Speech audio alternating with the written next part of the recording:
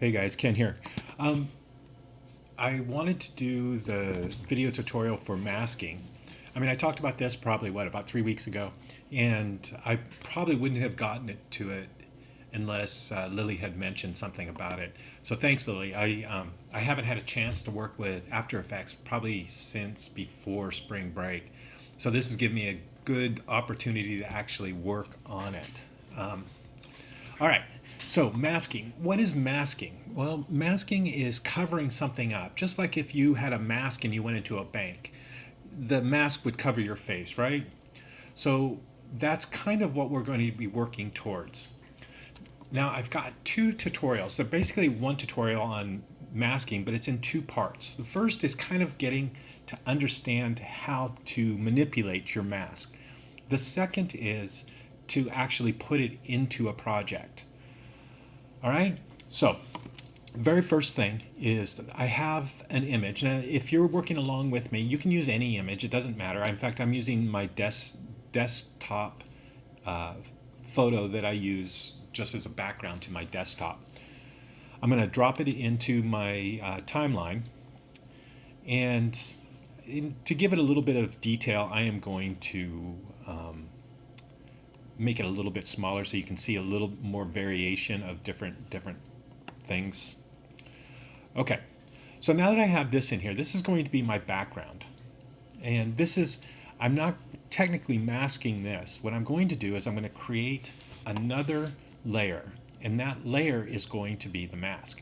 Now, for example, if I wanted to mask something here on this, and before I get to that next step, I want to show you that you could mask this if you want. The first thing you need to remember is that you have to select the item before you create a mask. Okay, so I'm selecting this right here, my image name, which is some weird name, and I'm going to go up into a shape tool, and I'm just going to grab and draw a shape. Now I'm going to hit undo on this. If I hadn't selected that item in the timeline, let me deselect it, and I come up and do the same thing, I'm basically just drawing a shape. It becomes its own layer. All right, so if you want to mask something, remember that you have to select the item that you want to apply the mask to. All right, that can be kind of confusing because there's times when you want to create a shape and you end up putting a mask on something else, or vice versa. You want to put a mask and you end up putting a shape on the screen. Okay, so that's very basic. All right, so I'm going to delete my shape layer. I'm going to leave that image in though, and I'm going to create layer, new, and I'm going to do a solid. And I'm going to use black just because it's the background color. I'm going to hit OK.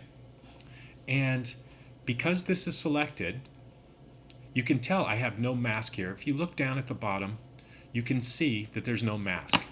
But what I'm going to do is I'm going to create a shape. In fact, I think I will do a star. The first thing is I'm just going to draw the star. Okay, so I'm drawing it just like if I was in After Effects or in Illustrator. Now, a lot of times you maybe are off screen or something like I just did. If I hold the space bar down and drag this, I can place it wherever I want. Now, right now it looks like a shape, but in theory, what I'm doing is I'm masking that shape layer that I put in. Okay, I'm going to consider myself done on this. Okay. All right, so I have this, and now what I want to do is I'm going to go, if you look down here, you can see that a mask has been added. Where there wasn't anything before, now I have a mask. Now I can do almost anything I want with this mask. I can click and move it to where I want. I can double click on it and do transform. I can rotate. I can make it bigger. I can stretch it. I can do whatever I want. It's just like in Illustrator. It's still acting like a shape. So instead of having a shape there, and a lot of times, to be honest, that's what you want, is you want a shape like this. I am going to, instead of, if you look down here where it says mask 1, where it says add, I'm going to subtract. And now what happens is that it's inverted. Now I could have clicked on inverted, but in my opinion, and maybe just by habit, I use these drop-down menus. First, I'm going to add a keyframe on mask path. That mask path refers to the location of it, or the things that we do to it. Now this is where it gets kind of weird. And if you understand this at the beginning, you won't go through the hassles that I went through when I was first starting with masks. A lot of times they didn't seem to make sense. If I click once on the mask, here I'm going to unclick it. Now I'm going to select a mask, and if I click on one of these anchor points, I can move it around. Okay. I can move it around to wherever I want it to be. Now, just like if I were to double click on this, I should be able to resize. I don't want to resize though. What I want to do is I want to animate this. So I'm going to move this off screen. I'm going to click my stopwatch, gives it a keyframe, and in 10 seconds I'm going to come over and I'm going to click again on one of the anchor points, and I'm just going to move it all the way over. So now you can see that this mask is moving across the screen. Now there's other things that I can do with this. For example, say we get right here. Okay, so now I've put the timeline right in the center here. And I want to make some adjustments to the shape itself. At this point, it stays a star as it goes across. Right? Now, what I want to do, by the time it gets over to here, I want it to modify a little bit. So I'm going to zoom out a little bit, and I'm going to grab one of the anchors, and I'm just going to make it larger and maybe change the shape a little bit. All I'm trying to do here is show you that you can modify the shape of your anchor to whatever you would like just by clicking on the anchor points. Okay, now let's see what happens here.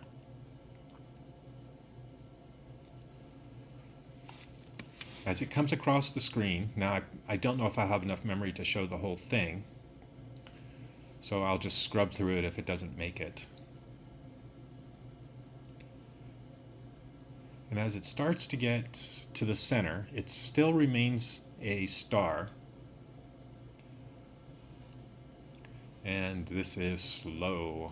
It's running at 4 frames a second. All right, I'm gonna scrub through it.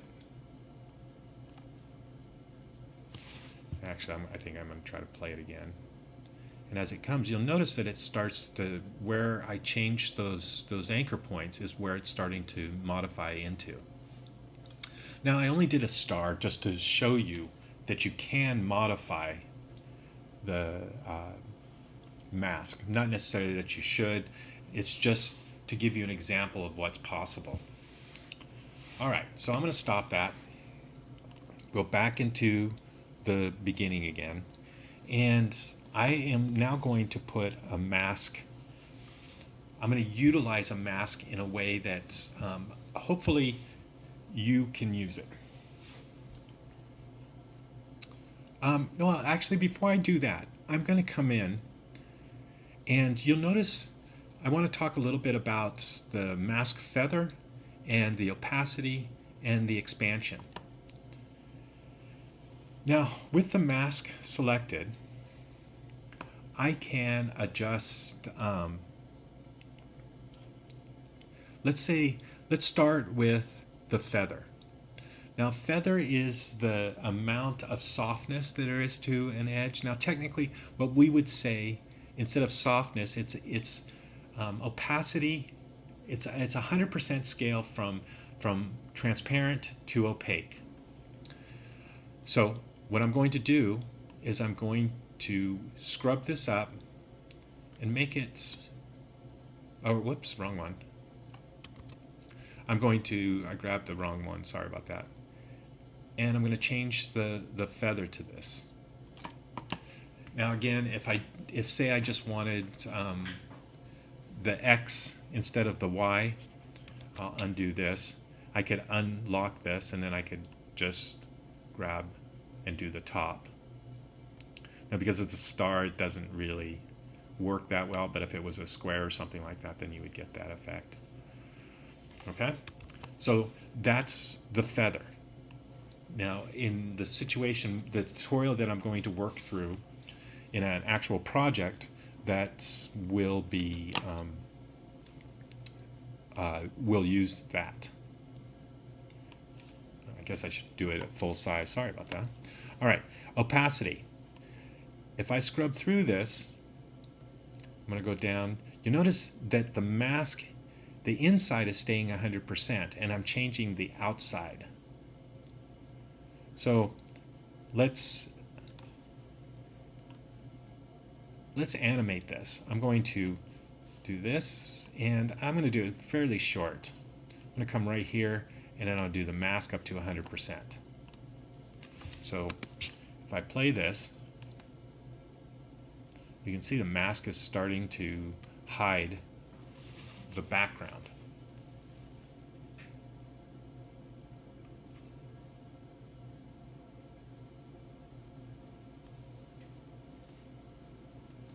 And here the mask is now 100, or the mask opacity is at 0%.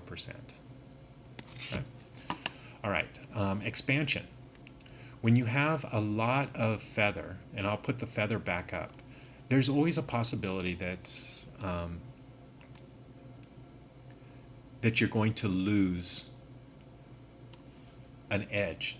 So, I mean, you could actually make your mask larger, but you can use the mask expansion. So basically it just makes the mask take up more space or decreases the amount of space. Now I have so much feather on that, it just looks like a blob. I'm going to drop the feather down to something like this, and I'm going to increase the expansion. There are times, and possibly in the tutorial I'm going to work through in a few minutes, that you need to expand the mask, and you don't have to be, it doesn't have to be perfect, so like you don't have to necessarily adjust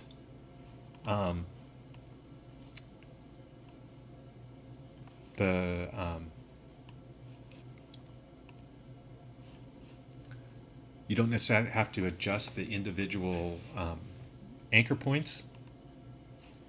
So you could, instead of doing a mask, changing the mask size like this, you could just use the expansion, and that would kind of do the same thing. All right, when it comes to certain things, it can get really difficult. Moving things around, what I would suggest, like for example, if you want to adjust the, say the size or something, if you want to adjust the individual anchor points, what you need to do is make sure that you can, see, I just double clicked on that, and that's not what I wanted to do. I'm going to double click off item. Okay, so now I'm off it. I'm going to click on the mask, and if I were to drag it, I can move it wherever I want. If I want to do individual ones, notice how I clicked off it and I clicked back on it, was selected, and I can do the individual anchor points. And the thing is when they're all selected, for example, if I double click on this, now I can move it around wherever I want. But the problem is that, see, notice that they're all selected. Trying to unselect them kind of becomes a hassle. So I'm going to double click, and I'm going to double click again, and hopefully, and I selected off it. Now I should be able to select them individually. And this is, I mean, it is complicated, and it's going to take practice when you want to modify the shapes.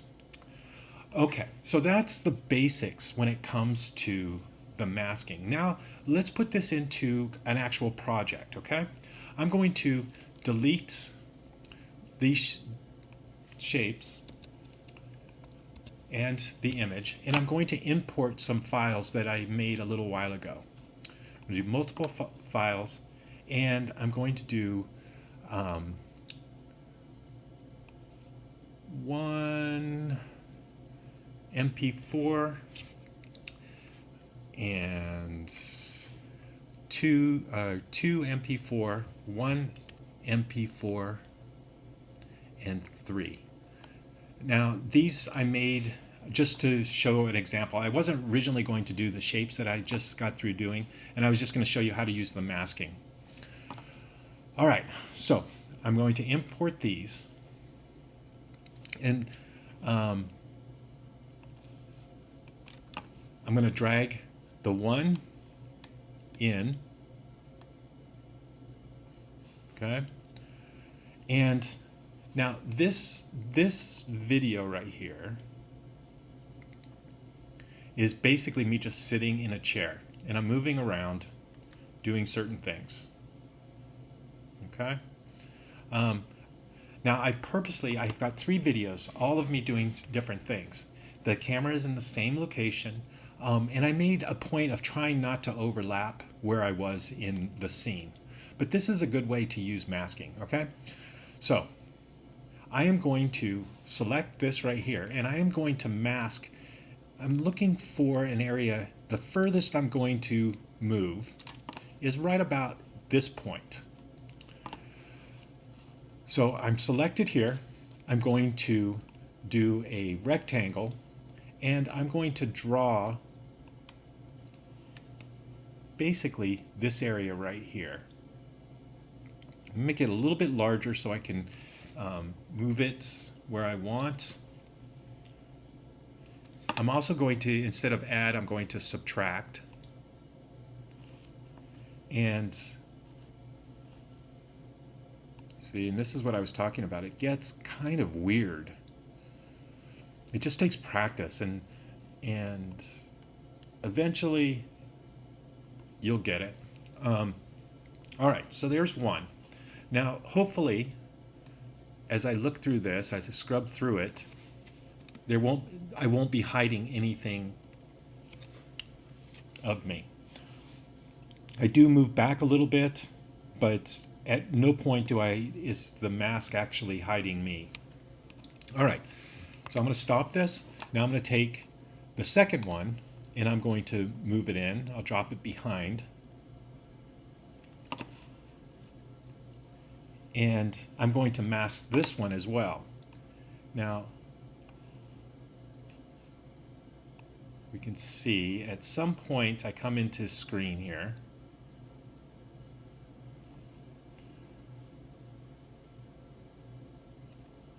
All right. I'm looking for the point where I'm the furthest left, because I have another one where I'm in the center. So I would say roughly, okay, I don't want that. I would say once I start working, right about here, I'm going to mask this as well. Now, I'm going to take this into Premiere and clip it so that you won't see the beginning or the ending part. Now, because this is selected, I'm going to create another mask, and I'm going to try my best to mask this out like this. Again, I'm going to subtract the last one. Now I'm hoping, because my computer is running so slow, I'm hoping, all right, now I can see the legs of that tripod are going past my mask. So I'm going to come back here, roughly about here, and I'm going to use the pen tool, and I'm going to add an anchor right about here. And I'm going to move that out.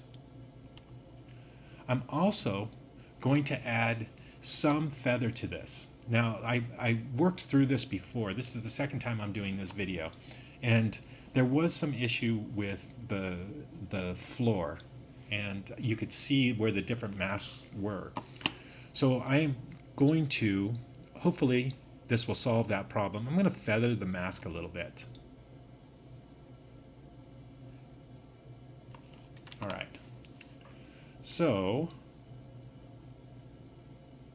now I'm going to go into and grab my last one, and I'm going to put it at the bottom to start.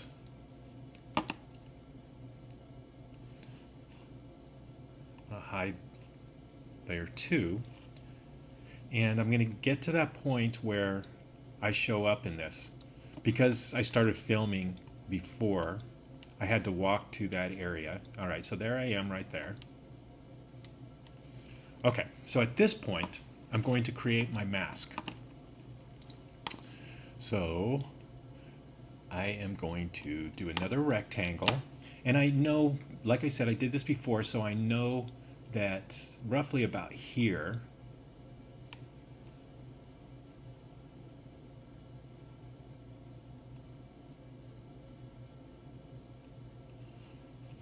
where I want that to be. All right, now let's see if I scrub through this.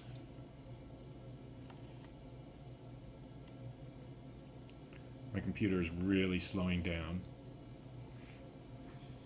And I'd like to take this moment while we're waiting for this to render. How tough it is to watch yourself in a video. I mean, I'm used to like facing the camera and doing lectures, but seeing myself walk around is really, really difficult. All right.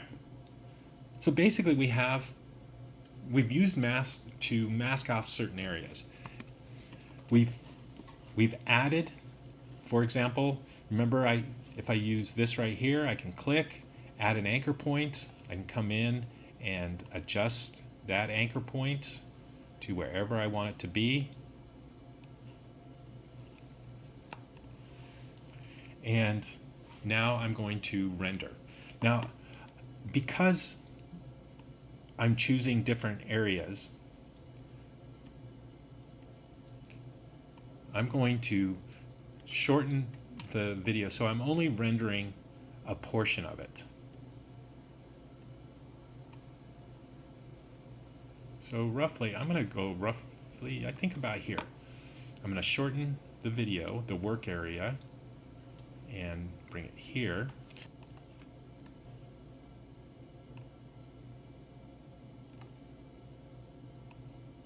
There we go. I think it was about 10 seconds.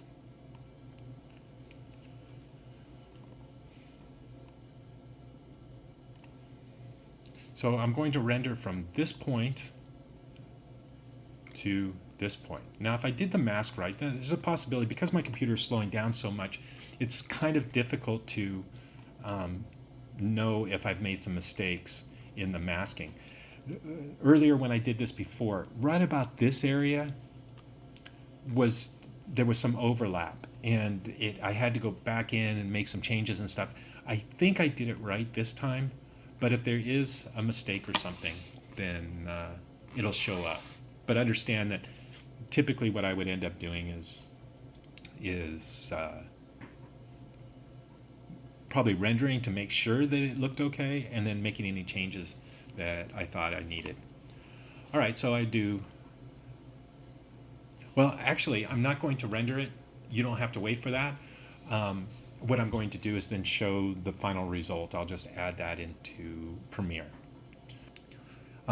Make sure that you let me know if there's any problems or something that you didn't understand or I didn't cover properly, and I'll try to address it. All right, thank you guys. The following is your video.